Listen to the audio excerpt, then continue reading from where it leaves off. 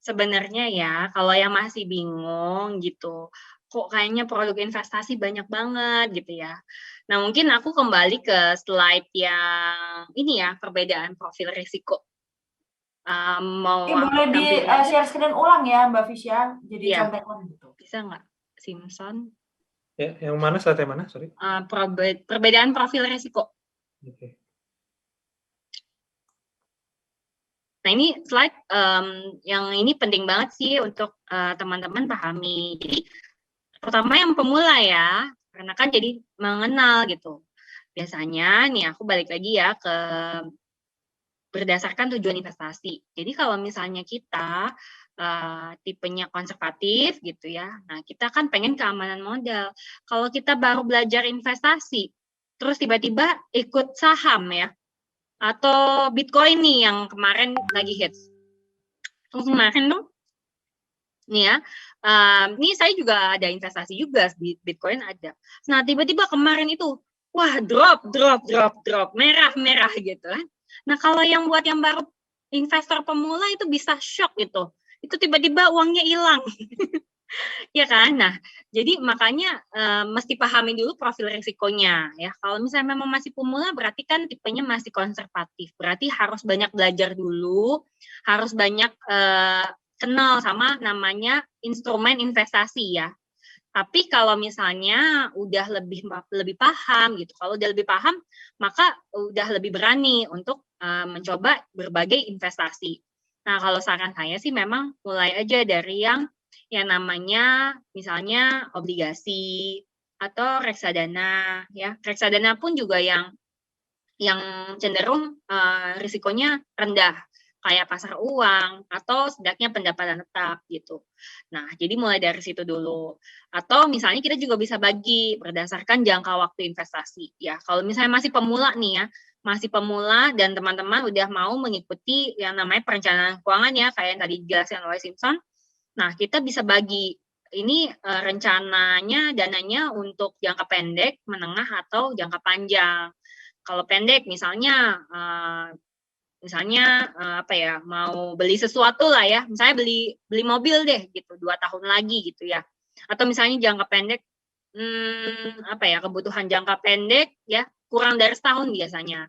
Nah itu berarti bisa nih yang reksadana apa namanya, bisa di tabungan atau misalnya reksadana terproteksi atau ori gitu ya.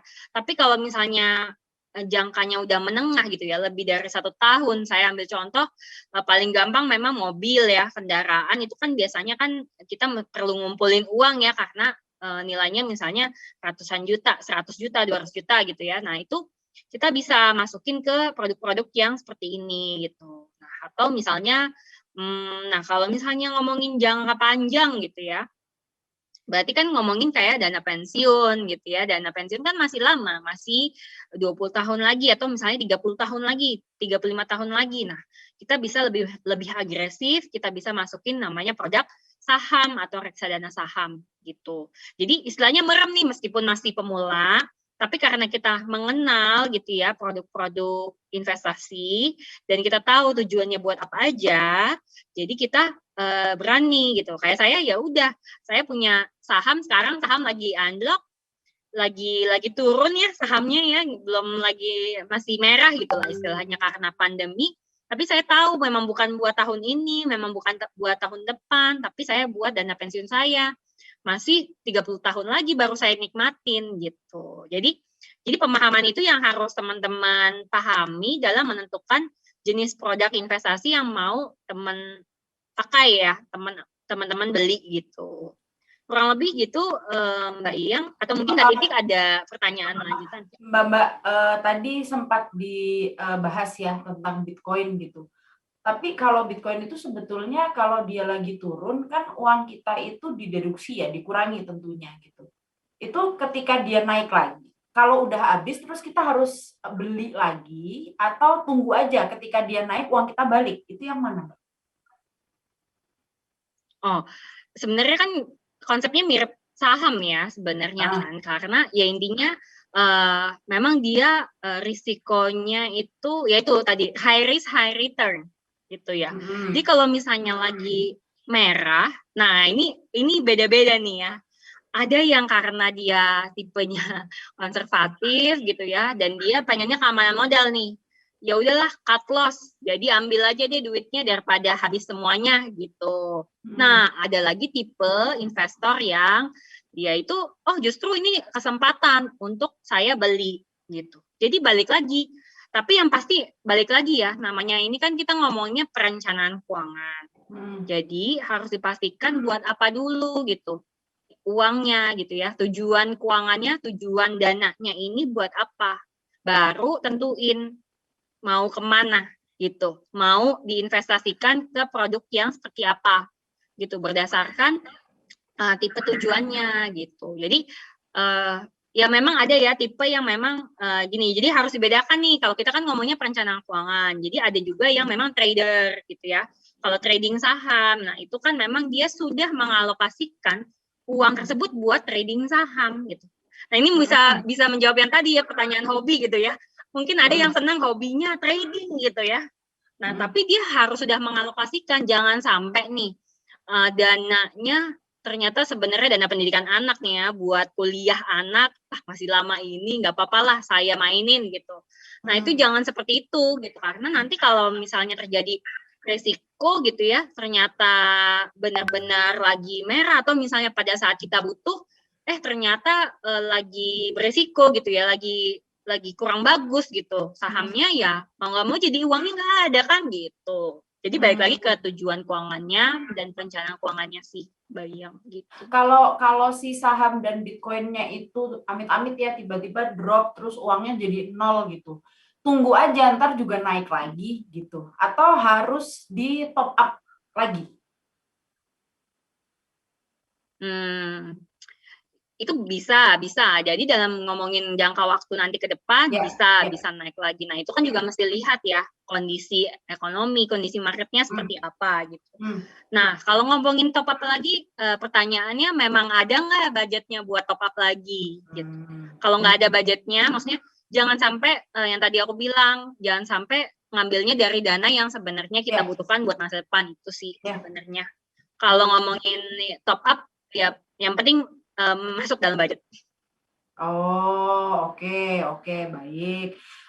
Mbak Fisya, rame nih pertanyaan tentang investasi. Kalau untuk pemula baru mau pertama kali reksadana, itu pun reksadananya karena memang baru pertama kali sekali mau pakai reksadana yang terproteksi, Mbak, jadi konservatif. Itu sebaiknya berapa persen dari pemasukan? Ini pertanyaannya dari Mbak Titik. Gimana, maaf, boleh diulang Mbak? Jadi kalau Mbak Titik ini baru mau mulai investasi, mau reksadana yang mau ambil reksadana terproteksi. Nah itu amannya kalau untuk pemula berapa persen dari jumlah pemasukan yang masuk akal untuk diinvestasikan ke reksadana terproteksi, Mbak? Jadi kalau saya dan Simpson ya prinsipnya kembali lagi ke namanya perencanaan keuangan gitu. Jadi tadi anatomi keuangan ya yang tadi juga sudah di-share. Sebenarnya porsi investasi itu minimal 10%. Tapi 10% itu pun juga kita mesti lihat tujuannya apa aja gitu ya. Karena kan kita punya yang namanya dana beli rumah atau misalnya belum menikah, dana menikah, kita mau punya anak, dana pendidikan gitu. Jadi sebenarnya kita harus mengetahui prioritasnya dulu gitu. Prioritasnya dulu, nah nanti baru penentuan investasi produknya seperti apa dan persentasenya ya mengikuti tadi anatomi keuangannya kayak gitu sih. Oke, baik. Jadi kalau Simpson ada tambahan buat juga. Ya gimana Mbak Fisya, maaf? Oh kalau misalnya Simpson ada tambahan boleh juga menambahi. Oke, jadi pokoknya yang pertama cek dulu perencanaan keuangan. Kalau sudah aman, coba jangan-jangan amannya di atas kertas gitu ya, pas ngeluarin uangnya ternyata tidak realistis yang di atas kertas itu. Tapi kalau sudah aman sampai tahap kedua baru silakan mulai dengan 10% dari pemasukan asal kembali lagi kebutuhan dan cicilannya sudah terpenuhi.